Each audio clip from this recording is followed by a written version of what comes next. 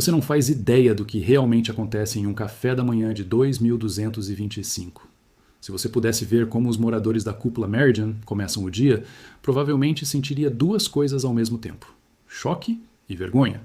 Choque porque nada se parece com o que você conhece. Vergonha porque, para eles, o seu café da manhã seria classificado como uma espécie de crime biológico cuidadosamente documentado. Eu sou Rob02, unidade de registro comportamental da Cúpula Meridian, no ano de 2225.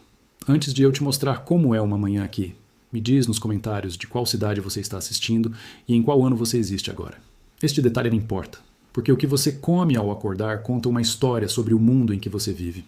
O café da manhã em 2225 não começa na cozinha. Ele começa no organismo. Muito antes de qualquer substância chegar à boca, a rede de supervisão metabólica já mapeou o estado interno de cada morador. Níveis hormonais, microinflamações, resíduos da digestão noturna, variações de glicose, sinais de fadiga neural. Tudo é lido em tempo real, a partir de sensores espalhados pelo corpo e pela própria cúpula. Quando o morador abre os olhos, o sistema já sabe exatamente do que ele precisa e, mais importante, sabe o que ele não pode arriscar sentir.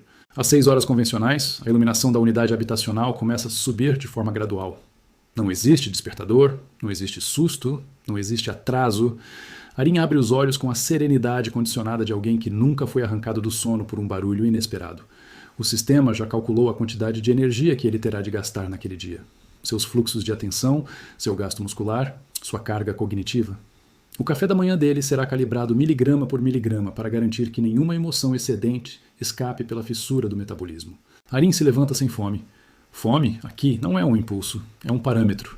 Ele caminha até o módulo de precisão nutrimental posicionado na parede da cozinha. À primeira vista, parece um bloco de superfície lisa, sem botões, sem bandejas.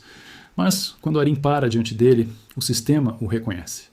Microcâmeras escaneiam seus olhos, sensores leem a temperatura da pele, o dispositivo cruzado no pulso transmite o estado metabólico da noite anterior. Em poucos segundos, o módulo decide quantos aminoácidos, quantas gorduras moduladas, quantos hidratos de carbono lentos, quantos minerais estabilizadores, quais cofatores emocionais devem ser injetados, de forma invisível, na refeição daquele dia. A superfície se abre e revela um conjunto de pequenos blocos translúcidos, quase idênticos entre si. Não há pratos cheios, não há cores caóticas, não há cheiros intensos. São módulos de microabsorção, unidades densas, projetadas para que cada mordida seja absorvida com máxima eficiência e mínima oscilação. Arin pega o primeiro bloco. Ele sabe, porque foi educado assim, que ali dentro está a manhã perfeita comprimida. Ao lado, Melia observa o próprio módulo preparando sua refeição. Ela não escolhe nada. O sistema decide, com base em seus últimos relatórios emocionais, se ela está mais propensa a leve queda de ânimo ou a microagitação. Se há risco de desalinhamento, o café da manhã dela será discretamente mais estabilizador. Nada em excesso. Nada que a puxe para cima demais. Nada que a deixe abaixo demais. O objetivo não é saciedade, é equilíbrio funcional. Quando os dois se sentam, o ambiente já está configurado. A luz foi suavizada para evitar estimulação visual desnecessária. O som ambiente foi calibrado para acompanhar o padrão respiratório do casal. A temperatura foi ajustada para otimizar a diluição dos compostos ingeridos. Arin leva o primeiro módulo à boca. Não há prazer intenso. O sabor é cuidadosamente neutro, com uma leve direção para o agradável, mas sem pico hedônico. Um pico de prazer logo cedo poderia desencadear expectativas emocionais que o sistema não deseja carregar ao longo do dia. À medida que mastiga, sensores no céu da boca e na língua analisam em tempo real a eficiência da microabsorção. Se o corpo responde mais rápido do que o esperado, o módulo seguinte reduz a densidade calórica. Se responde mais devagar, há ajuste na curva de liberação. Nada é aleatório. Nenhuma colherada existe por conta própria. Tudo é parte de uma equação que precisa manter a linha emocional reta. Enquanto Arin mastiga, ele lembra brevemente de um registro passado que assistiu recentemente. Uma família do século XX e um comendo pão, manteiga, café preto, suco, ovos fritos. Aquilo o havia horrorizado.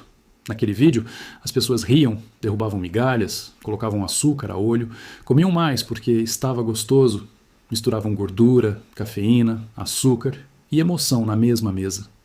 Para Arin, aquilo era como assistir alguém brincar com uma bomba química sem perceber. O sistema classificou aquela reação como adequada. O desgosto de Arin diante do café da manhã antigo reforçou o valor da ordem. Ele aprendeu que o que você chama de café da manhã É, aqui, descrito como ingestão caótica de múltiplos gatilhos hormonais simultâneos. Não é trama de ficção científica, é diagnóstico técnico. Aquela mesa com pão, manteiga e café é, neste tempo, um laudo de risco. Mélia, do outro lado da mesa, sabe disso. Ela já leu os mesmos relatórios. Ela sabe que, no passado, as pessoas acordavam com o humor oscilando conforme o que comiam, que açúcar em excesso podia deixar alguém eufórico e depois exausto, que café demais podia deixar mãos trêmulas e pensamentos acelerados, que gordura pesada podia transformar uma manhã em um desfile silencioso de cansaço. Nada disso é aceitável em 2225. O café da manhã aqui não pode gerar surpresa. Amanhã não é um lugar para aventuras internas. Em uma sociedade em que a estabilidade emocional é pilar, o período entre o despertar e o início da rotina é tratado como zona crítica. Qualquer oscilação nesse intervalo pode deformar o resto do dia. Portanto, o sistema não permite. Se seu corpo tenta disparar uma emoção além do permitido, a nutrição da manhã a corrige antes que você perceba. Enquanto Arim e Mélia seguem o ciclo de mastigação lenta, há outro detalhe que você talvez ache perturbador. Eles não têm vontade de repetir o prato. O conceito de comer mais um pouco porque está bom simplesmente não existe. O módulo encerra na entrega assim que o corpo atinge o patamar exato de equilíbrio. Não há sobra, não há exagero. Não há aquela frase que atravessou gerações. Come mais um pouquinho, ainda tem. Esse ainda tem é visto aqui como um rastro de abuso biológico.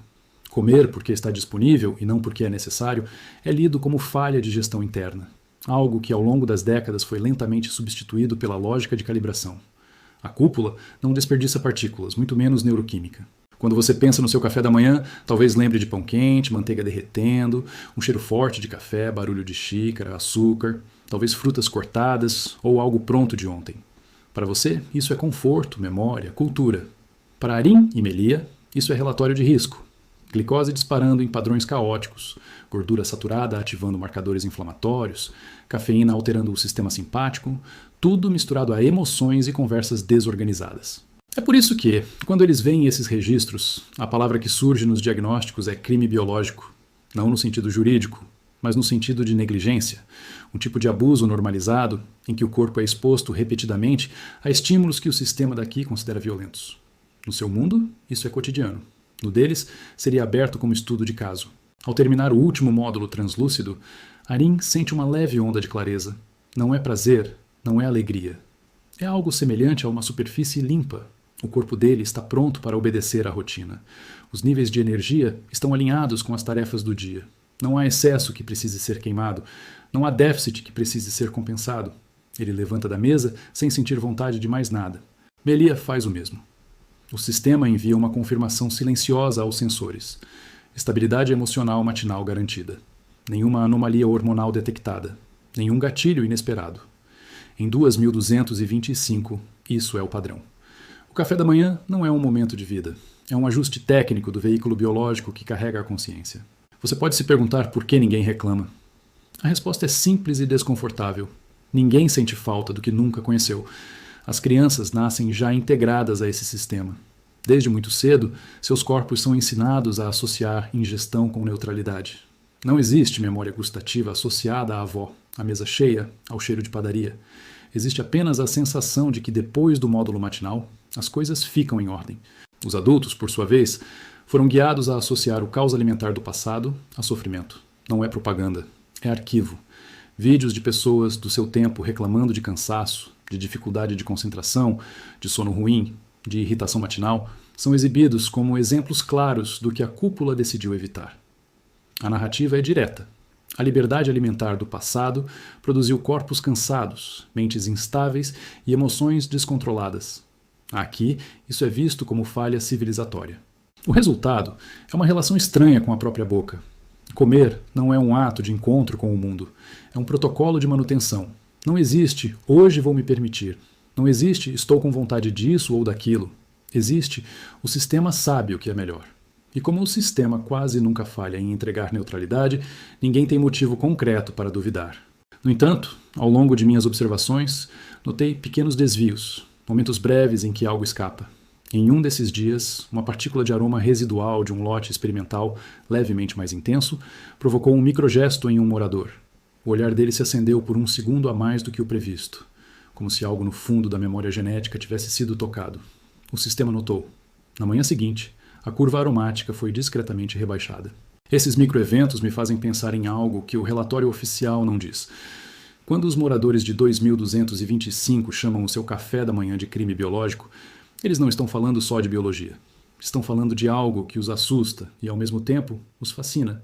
A ideia de que alguém possa se sentar à mesa sem saber exatamente como vai se sentir depois de comer é, para eles, a própria definição de caos. É aqui que o contraste fica mais nítido. No seu mundo, o café da manhã é um ponto de partida emocional. Há dias em que você come na pressa, outros em que toma café com calma, outros em que nem come. Isso altera seu humor, sua energia, sua disposição. Em 2225, isso seria inaceitável. A cúpula não pode permitir que algo tão pequeno quanto um pão a mais ou uma xícara a mais de café tenha poder sobre o estado interno de alguém. Então, o que é um café da manhã em 2225? É uma negociação silenciosa entre corpo, sistema e medo. Medo de que, se derem 1 centímetro de liberdade para a biologia, a emoção volte a entrar pela porta. Medo de que, se alguém provar de um prazer intenso demais logo cedo, passe o resto do dia comparando tudo com aquela sensação. Medo de que, se o corpo recordar o gosto da imprevisibilidade, queira mais. Você pode achar tudo isso exagerado, mas daqui, olhando os arquivos do seu tempo, eu vejo um padrão que você talvez não veja. Seu café da manhã carrega muito mais do que calorias. Carrega história, carrega afeto, carrega falta, carrega pressa, carrega culpa. As cúpulas decidiram que esse pacote inteiro era perigoso demais para ser mantido. Então, o reduziram a blocos translúcidos de microabsorção neutra. Por isso, quando Arin assiste a um vídeo de alguém passando manteiga em um pão quente, ele não sente fome. Ele sente uma forma estranha de horror. Não pelo alimento em si, mas pela quantidade de variáveis emocionais que se misturam ali sem controle.